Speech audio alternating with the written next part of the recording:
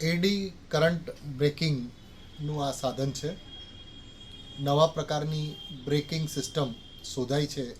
એ મેગ્નેટિઝમના સિદ્ધાંત ઉપર કામ કરે છે અને મેગ્નેટિઝમના સિદ્ધાંતને આધારે જે એડી કરંટ ઉત્પન્ન થાય છે એનો ઉપયોગ કઈ રીતે થાય એ આ સાધન દ્વારા આપણને સમજણ પડે.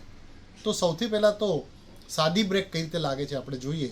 તો ધારો કે આ કોઈ પણ વાહનનું વ્હીલ છે અને એ વ્હીલને આપણે રોકવું હોય, ચાલતું રોકવું હોય તો લાઇનર એને ટચ થાય છે અને ટચ થાય છે અને લાઇનરનું ને વ્હીલનું ઘર્ષણ થાય એટલે એ રોકાઈ જાય છે.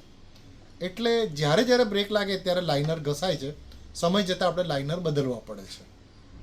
બરાબર છે. હવે એનો બીજો ઉપાય તો એડી કરંટ. આ અહીંયા તમે જોશો તો બંને જગ્યાએ મેગ્નેટ રાખેલા છે અને આ વ્હીલ છે.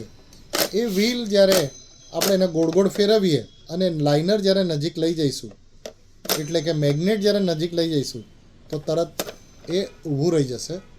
પણ આ કેમ થાય છે કે આ જે મેગ્નેટ અહીંયા ચુંબકીય ક્ષેત્ર જે ઉત્પન્ન થયેલું છે અને એને જ્યારે આપણે કોઈ પણ મેટલની સાથે લઈ જઈએ, આ હાલતી ચાલતી વસ્તુ છે એટલે મેગ્નેટિઝમ સતત બદલાતું રહે છે અને સતત બદલાતા મેગ્નેટિઝમને કારણે એક નવો કરંટ ઉત્પન્ન થાય છે જેને એડી કરંટ કહેવામાં આવે છે અને એ મુખ્ય મેગ્નેટિઝમના વિરુદ્ધ દિશામાં હોય છે અને એટલા માટે તમે જોશો તો આ વ્હીલ જે ચાલે છે એ ચાલતું રોકાઈ જાય છે. એને એડી કરંટ કહેવાય. હવે નવા જે બધા વ્હીકલ આવશે, ટ્રેનો આવશે, એમાં બ્રેકિંગ સિસ્ટમ એડી કરંટથી ચાલશે. એમાં કોઈ ઘર્ષણ નહીં થાય અને લાંબા ટાઈમ સુધી એ કામ આપશે. એટલે કાયમ માટે કામ આપશે, કારણ કે આમાં કોઈ જાતનું બે વસ્તુ સાથે જે કોન્ટેક્ટ થવો જોઈએ એ કોન્ટેક્ટ થતો નથી, સંપર્ક થતો નથી, એટલે ઘર્ષણનો કોઈ પ્રશ્ન ઊભો થતો નથી. તો એ એડી કરંટની એપ્લિકેશન આના દ્વારા ખૂબ સારી રીતે સમજાવેલી છે.